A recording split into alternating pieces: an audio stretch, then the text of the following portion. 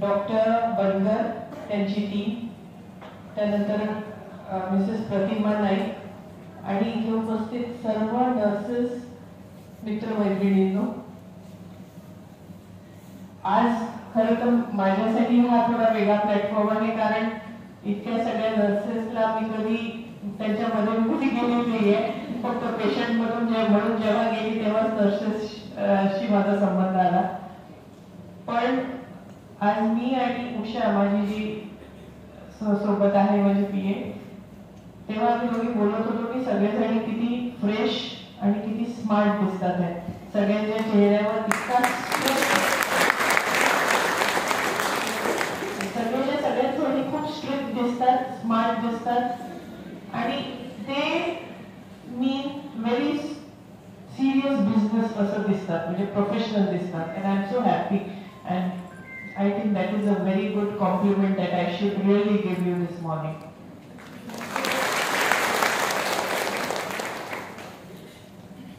आज मला इथे बोलवून आपण इतका मान दिला त्याबद्दल मी खरं तर खूप आभारी आहे. आज आपल्यामध्ये काय बोलावं, because you all are actually very empowered women already, because you have stepped out of your house and you are doing something for the society. Selfless service for the society, and I think you should congratulate yourself for that. आज मी तुम्हाला जास्त काही सल्ले देण्यापेक्षा मी माझ्याबद्दल थोडंसं सांगते की मी इथे आज तुमच्यामध्ये येऊन का उभी आहे इथे. So I am Ujjwala Satish Havre. I am qualified architect as a, आणि क्वालिफिकेशन जरी आर्किटेक्टचं असलं तरी आता माझं प्रोफेशन हे पूर्णपणे कन्स्ट्रक्शन फील्डमध्ये आहे. मी बिल्डरचं काम करते. 1996 मध्ये मी मुंबईत आले आणि माझे यजमान श्री सतीश हावरे हे आर्किटेक्ट होते. आम्ही दोघांनी मिळून प्रॅक्टिस सुरू केली आणि लगेच आम्हाला असं वाटलं की मुंबईत घरांची खूप आवश्यकता आहे आणि ॲज अ बिल्डर आपण जास्त चांगलं काम बाकी लोकांपेक्षा करू शकतो.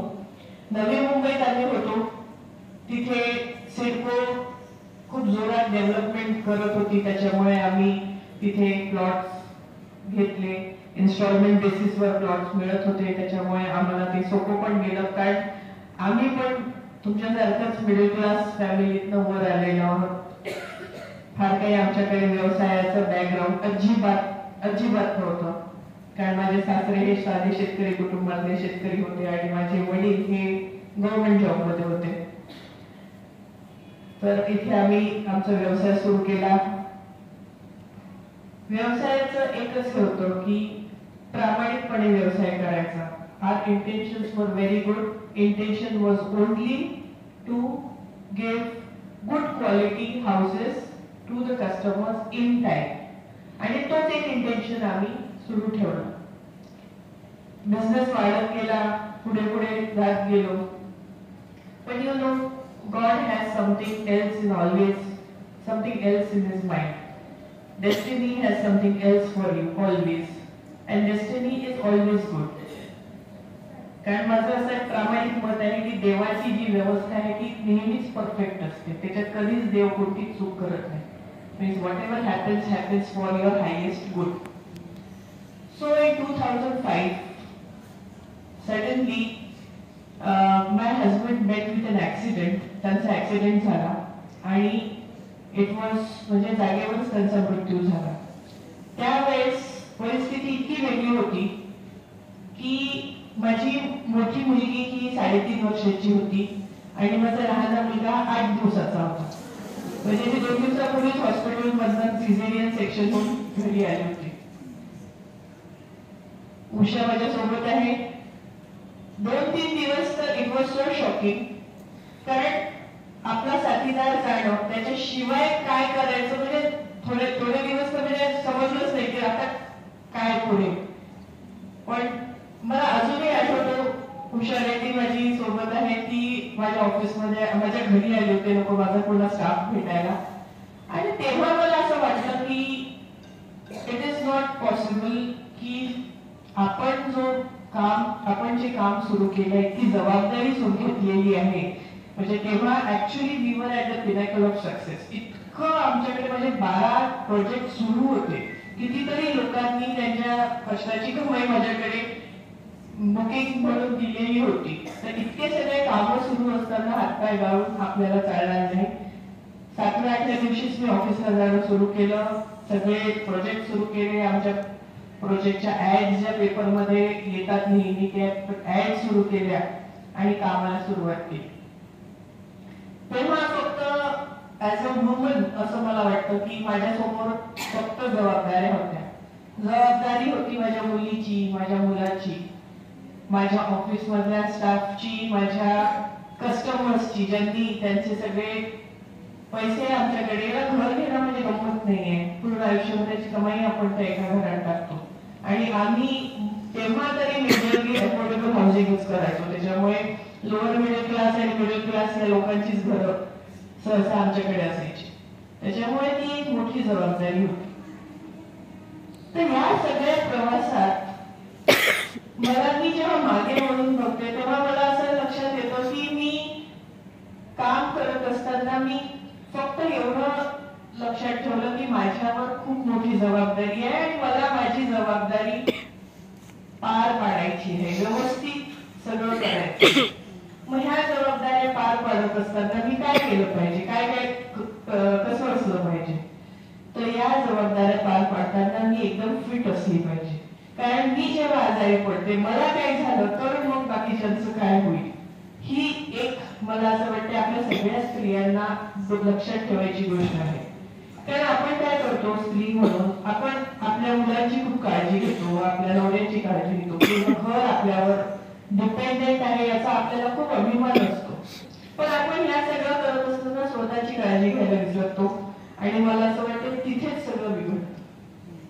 कारण मला असं वाटतं सेल्फ लव्ह जे आपण खूप अंडर एस्टिमेट करतो, that is very important. Doctor bundle सरांचा जो विषय आहे हॉर्मोन्स किंवा जे ह्या सगळ्या गोष्टी मला असं वाटतं if I am not wrong is related with mind. And if your mind is not fit enough सगळ्याच गोष्टी बिघडतात. Everything is in the mind. त्याच्यामुळे मला असं वाटतं की आजकाल जो म्हणजे I also follow it very strongly. Affirmations. Daily in the morning I tell myself, I am the most beautiful woman in this world. I am the most strongest woman in this world. मी खूप छान दिसते, मी खूप smart आहे, मी खूप fit आहे आणि जे काही आयुष्यात सुरू आहे माझ्या, जे काही इश्यूज आहेत, प्रॉब्लेम्स आहेत, only good is coming out of it. Everything is happening for my highest good. माझ्या नवऱ्याचा मृत्यू होणे ही काही फार चांगली गोष्ट नव्हती. त्याच्यापेक्षा वाईट घटना आयुष्यात असू शकत नाही. पण ठीक आहे, ते झालं ते झालं, आता मी काय करू. तुम्हाला सांगते ना, husband my was my best friend.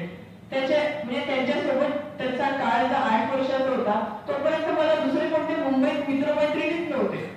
कारण काही गरजच पडली नाही. आणि सडनली आय वॉज अलोन. त्यामुळे जरी तसं असलं तरी you have to accept the reality and move on. कारण तुम्ही जोपर्यंत you don't accept the reality and move on तुम्ही काहीच करू शकणार नाही.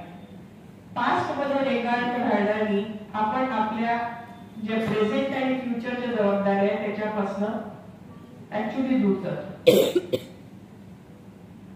तर माझं असं आज महिला दिनाच्या निमित्ताने तुम्हाला हेच सांगणं आहे की be responsible. As a woman आपण इतक्या जबाबदाऱ्या पार पाडत असतो. आता तुम्ही सगळ्या वर्किंग वुमन आहे. मेजरली नर्सेस मध्ये बायका जास्त असतात. तसंच माझ्या क्षेत्रात नेहमी मी कुठेही जाते तर मला मोठा प्रश्न असतो सगळ्यांना की this is a male dominated business, how do you do this. So मी थोडा विचार करते की ह्यांना असं का वाटतं. Though the face of the companies, ज्या कन्स्ट्रक्शन कंपनीज आहेत त्याचे फेस मेजरली माणसं आहेत. But it is not a male dominated business in all. I let me tell you how. कारण त्याच्यात आर्किटेक्ट्स बऱ्याचशा बायका आहेत, लॉयर्स बऱ्याचशा बायका आहेत, अकाउंटंट बऱ्याचशा बायका आहेत, क्लरिकल बऱ्याचशा बायकाच बघतात, इंजिनिअरिंग बऱ्याचशा बायका बघतात.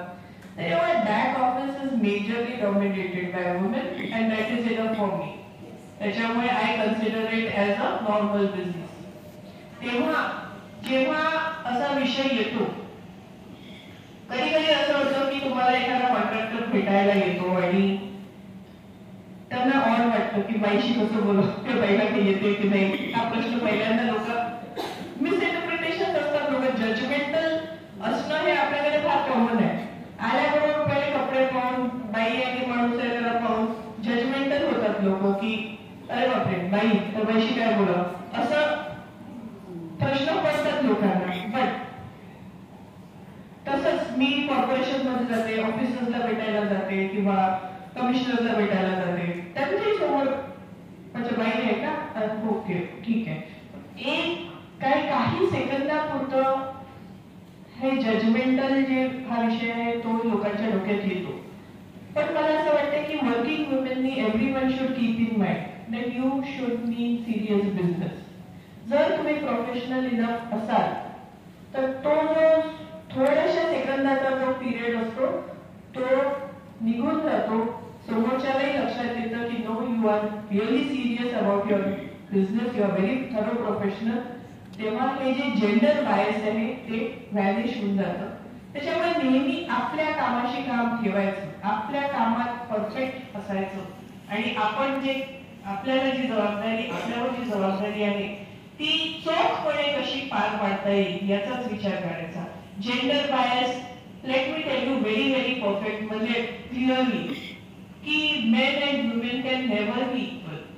How can they be equal? They are different, women are different. आपल्या फिजिकल स्ट्रेंथ मध्ये आपण डिफरंट आहोत, मेंटल स्ट्रेंथ मध्ये आपण डिफरंट आहोत. मला वाटतं मेंटली आपण जास्त स्ट्रॉंग आहोत.